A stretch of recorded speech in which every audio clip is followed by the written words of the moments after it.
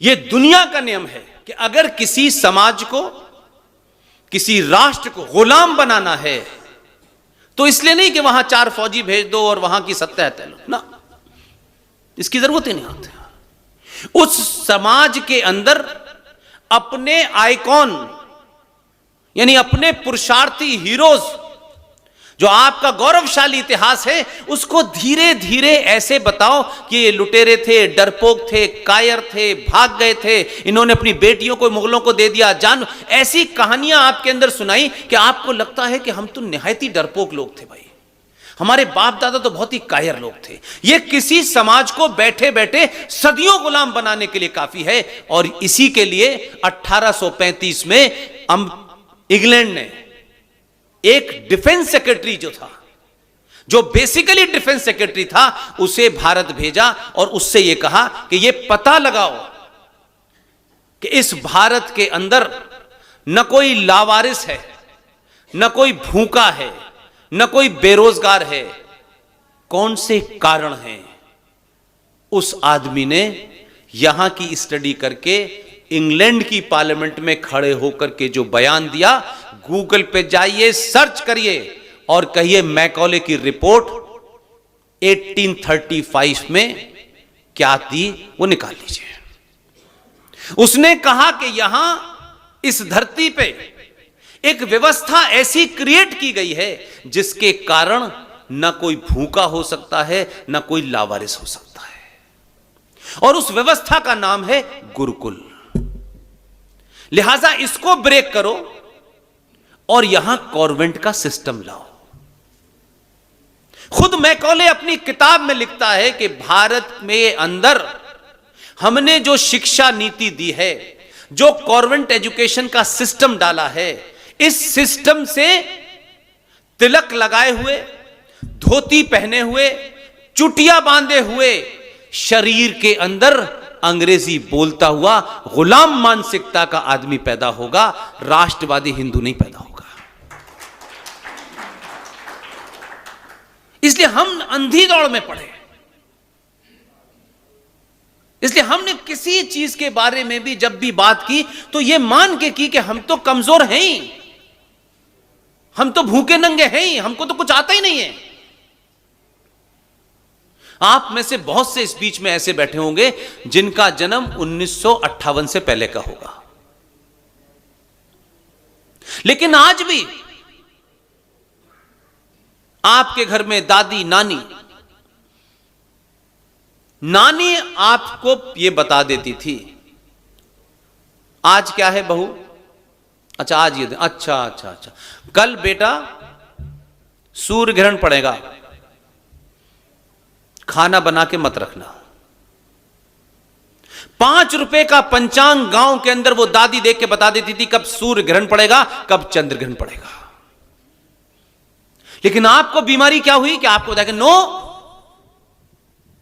1958 में अमेरिका ने एक साइंस लेबोरेटरी बनाई, उसको चलाने का नाम रखा नासा। हम समझते हैं कि नासा बताएगा कि चंद्रग्रहण कब पड़ेगा। 1958 से पहले हमारे यहां चंद्रग्रहण नहीं पड़ रहा था क्या? कौन बता रहा था जब से ये नासा नहीं थी? तो हमको आज लोग बताते हैं कि सूरज से लेकर जमीन की दूरी कितनी थी। हमारे ऋषि मुनि ने हजारों साल पहले बता दिया था। भाई हम किस गलतफहमी के शिकार हैं? क्या नासा बता रहा था 1958 के बाद में कि ये जो पूरे देश के अंदर 12 साल के बाद ये जो कुंभ होता है, ये 12 साल के बाद क्यों होता है? और ये तो हजारों साल से चल रहा है। ऐसा तो नहीं था कि आजादी के बाद चाचा नेहरू लाए थे इसे और चाचा नेहरू ने बताया तब से कुंभ होने लगा, या अमेरिका की लेबोरेटरी ने बताया तब से होने लगा। क्योंकि इसका मतलब यह है कि हम साइंस के रूप में दुनिया में विकसित थे, क्योंकि शब्द साइंस आपने इजाद आज किया। 12 साल के बाद इसलिए मनाया जाता है कि जुपिटर अपनी धुरी से निकल के 12 साल के बाद वो उसको पूरा करता है, इसलिए कुंभ मनाया जाता है। ये जो हीन भावना है आपके अंदर कि जब तक कोई दूसरा कुछ अच्छे कपड़े, कुछ महंगे कपड़े पहने हुआ आदमी बोलेगा तब तक इसलिए आपके यहां एक आदमी गेरुए वस्त्र पहने हुए शिकागो गया। उस वर्ल्ड कॉन्फ्रेंस में उसने जब ब्रदर एंड सिस्टर कहा तो पूरी दुनिया में लगा कि अच्छा, हिंदुस्तान से चल के एक आदमी विवेकानंद हम सबको बहनों और भाइयों कह रहा है, हमें अपना बहन भाई मानता है। यह बात अलग है कि आपके नेताओं ने बहनों भाइयों की ऐसी की है कि आपको लगता है कि भाई साहब ये चुप ही रहे तो अच्छा है। आप हाथ जोड़ लेते हो भाई साहब बहनों भाइयों मत को, बहनों भाइयों कह के 70 साल से तुमने हमारी मुसीबत कर दी है, ना हम तुम्हारी बहन है ना भाई हैं, हम तुम्हारे वोटर हैं सिर्फ। तो मेरा सिर्फ कहना यह है कि जब आप सच नहीं सुनना चाहेंगे, नहीं पढ़ना चाहेंगे, छोटे छोटे स्वार्थ में फंसे रहेंगे, तो आप किसी बड़े नतीजे पर नहीं पहुंचेंगे। एक कुत्ता, एक बिल्ली, एक जानवर, एक बकरी, एक भैंस, सब पैदा होते हैं, कुछ दिन खाते हैं, कुछ दिन पीते हैं, एक दिन मर जाते हैं। Human being is the superior creation of the God. आप इंसान हैं, आप सब में सुपीरियर हैं, इसीलिए आपकी जिम्मेदारी सिर्फ खाना खाना, करोड़ों रुपए इकट्ठा करना और एक दिन मर जाना यह नहीं है। आपको सुपीरियर इसलिए माना है कि आप किसी सिविलाइजेशन को गढ़ते हैं। इसलिए हमारे यहां जो लोग कहते हैं ना धर्म धर्म धर्म धर्म,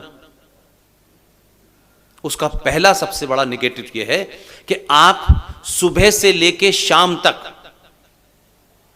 हम शुद्ध रूप से साइंस का पालन करते हैं, लेकिन क्योंकि इस वर्ड साइंस एक अंग्रेज ने बताया आपको, तो आपको लगा कि अच्छा ये बता रहा है। हजारों साल से हमारे इस पूरे भारतवर्ष में हर मौसम की हर तरह की खेती होती थी और उस मौसम के हिसाब से आपकी बॉडी बिहेव करती है। ऐसा नहीं होता क्या कहते कि गर्मी में आपको कोट पहनने का मन करता हो, तो गर्मी के अंदर कौन कौन सी सब्जियां पैदा होंगी वो उसी हिसाब से होती थी। यह देश ऐसा है। लेकिन आपने क्या किया, आप उसे तो भूल गए। और अब आप क्या कर रहे हैं, जो थोड़े पढ़े लिखे लोग हैं, जो थोड़ी सी अंग्रेजी जान गए हैं, वो ये कहते हैं कि नहीं हमें ऑर्गेनिक फूड खाना चाहिए। यानी हमारे घर से चोरी करके फूड ले गए और पैकेट में रैप किया और कहा कि अब इसको खाइए, ये खाना अच्छा होता। हम तो ऑर्गेनिक ही खाते थे, ये कोल्ड स्टोरेज का सिस्टम नहीं था हमारे यहां भाई। लेकिन हमारे लालच ने हमें यहां बीमार बना दिया। इसलिए एक नहीं, आपकी सारी विधाओं में टैबलेट लेने जाते हैं, किसी डॉक्टर से पूछा आज तक आपने कि डॉक्टर साहब मेरे पेट में पिछले 3 दिन से दर्द है, डॉक्टर कहेगा ये खा लीजिए ठीक हो जाएंगे। डॉक्टर ये नहीं पूछता और ना ही आप पूछने की हिम्मत होती, क्योंकि आप तो उसे भगवान मान रहे हो। वो नहीं पूछते कि डॉक्टर साहब ये तो मैं ठीक हो जाएगी, लेकिन ये तो बताइए मुझे कि ये हुआ क्यों था ताकि मैं दोबारा गलती ना करूं। लेकिन आयुर्वेद क्या कहता है, आयुर्वेद उस जड़ को समाप्त करता है जहां से वो बीमारी पैदा हुई थी। इसलिए आपके यहां आयुर्वेद को ये क्या चीज है, पुरानी टाइप की बातें कर रहे हैं, ये कैसी कंजर्वेटिव बातें, कौन मानता है। आज वही जड़ी बूटी हर्बल हमारे यहां हो क्या रहा है। जब हम उसे हर्बल कहते हैं तो उसे बड़े उस अंदाज में रखते हैं, क्योंकि उस पर अंग्रेजी में हर्बल लिखा होता है। हमारी बीमारी है ये। इसलिए कथावाचकों से मेरी निवेदन है, खासतौर से मैं इनसे कह सकता हूं क्योंकि इनमें यह साहस है कि ये जानती हैं इस बात को कि मंच पे खड़े होने का बाद में किसी का नहीं होता। आयोजक अक्सर डरते रहते हैं।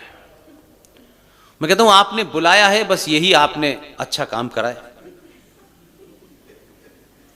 लेकिन उसके बाद मैं फिर जो कहूंगा वो सुनना पड़ेगा आपको। लिहाजा इनसे मैं एक ही वचन चाहता हूं, अध्यात्म को साइंटिफिकली उन शब्दों के साथ बताएं ताकि आज की जनरेशन, आज की युवा पीढ़ी इसे भागे ना, बल्कि ये समझे कि यही शायद वो चीज थी जो हमें नहीं बताई जा रही थी। ये न करें कि बहुत सारे गुरु हैं लेकिन उससे भी ज्यादा गुरु घंटाल है, बहुत सारे। इसलिए मुझे जिंदगी में किसी से कुछ लेना ही नहीं है, लिहाजा कथा करते वक्त वो जो भोली भाली जनता है उसके मानसिक स्तर को बढ़ाएं, उसके विचार को दुरुस्त करें, उसके अंदर जो भी कंफ्यूजन है उसको ठीक करें, ना कि उसके उस भोलेपन को, उसकी भावनाओं का शोषण करके भगवान राम भगवान राम भगवान राम भगवान राम भगवान कृष्ण कृष्ण कृष्ण कृष्ण मौला मौला मौला मौला अली अली अली, ये पाखंड जो करे उसे उठा के बाहर फेंक दीजिए। आप भारत के 90 करोड़ सनातनियों के भरोसे को ध्यान में रखकर उस पीठ पे बैठे हैं, उस पीठ की मर्यादा को ध्यान में रखें, उससे कमाई कितनी होगी यह नहीं मान्य होगा। समाज इसके लिए तैयार हो, यह नहीं हो सकता। आपको दुबई में कोई कथा करनी है, आपका वहां से क्या इंजन है मुझे नहीं पता, मुझे इंटरेस्ट ही नहीं है, लेकिन मेरी भोली भाली महिलाओं को, माओं को, बेटियों को, बहनों को आप मूर्ख न बनाएं।